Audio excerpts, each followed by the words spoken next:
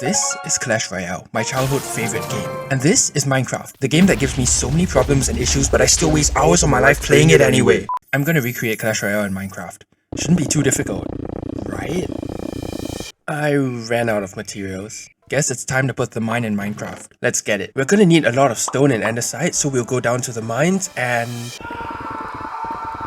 I originally planned to build it here, but now I'm realizing that I'm gonna need to make it even bigger. How much bigger? This much bigger. Oh my gosh. So now I'm gonna do the arena. It's gonna have squares in the floor just like the game, so maybe I'll just make a square of andesite, then a square of stone, and I'll just repeat that a few more times. Yeah, that looks pretty good.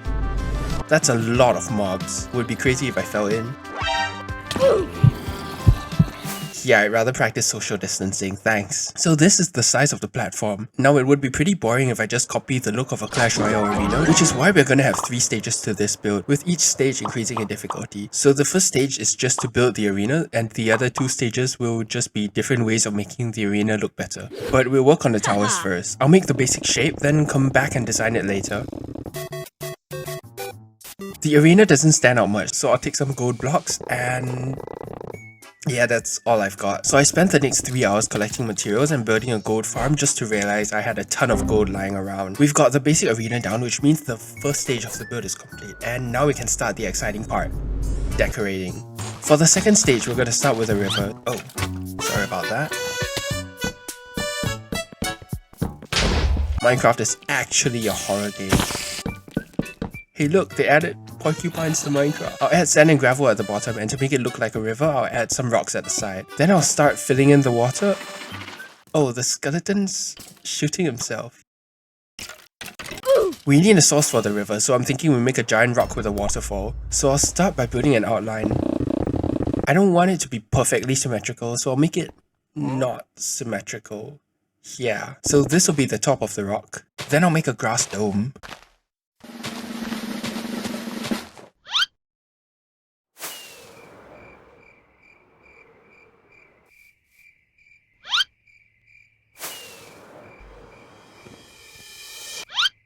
Wow, I'm bad. I think the island would look nice with decorations on the top, so I'll just do that.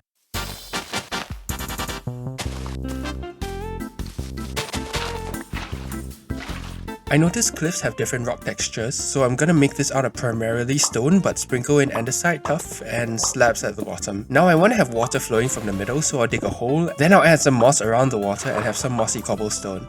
That looks great. I want to add smaller rocks leading up to this big one, so...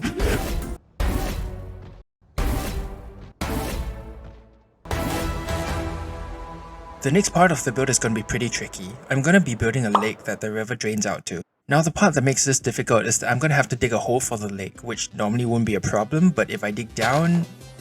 yeah. So I've completed the basic outline, and I'll get rid of the grass to make it easier for me to visualize the size of the lake. It'll extend downwards like this. Then I'll make a ledge here and cover up the gaps. Okay, cool, that's the basic shape. So I can start covering the floor with sand and dirt. And I'm out of sand. Alright, cool, now that the bottom of the lake is done, I can start filling up the sides. I'm modeling this after a rocky creek, so I'm gonna be using a mix of stone, cobblestone, tuff, and andesite. Then I'll just fill it up with water.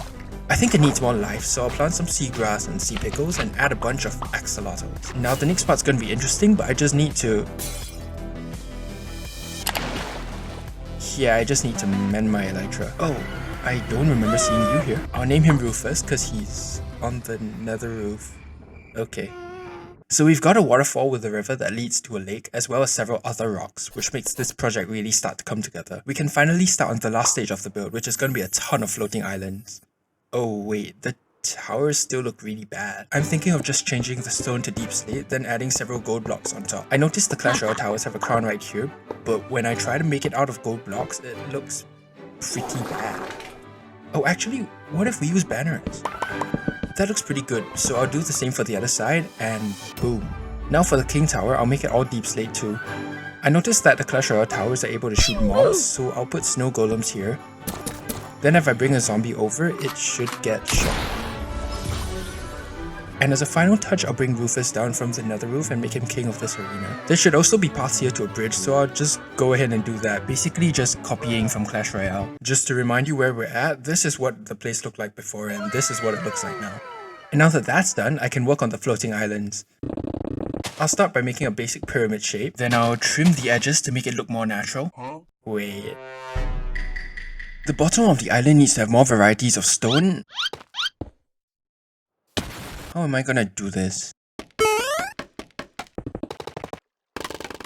Nice. I'm thinking of making a pond here that flows down to the big rock there. And if you're wondering how the source of water can come from a magical floating island, I don't know either, but it looks cool. The top of the island looks rather empty, so I'll add a tree here. That looks bad.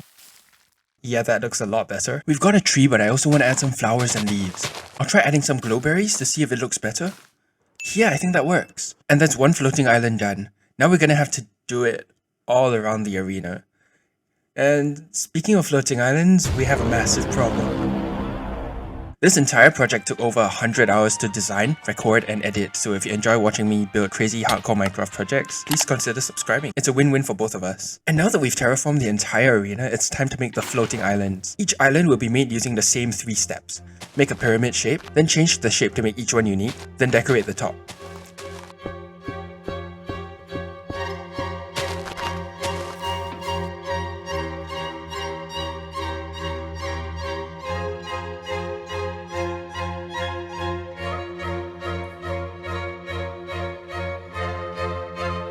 And that is perfect. We just need to add some final touches. Oh yeah, that looks super cool. This is definitely my favorite build. You might have noticed this big floating island several times in the video, and if you're wondering what that is, well, subscribe to find out. Alright, thanks for watching, bye!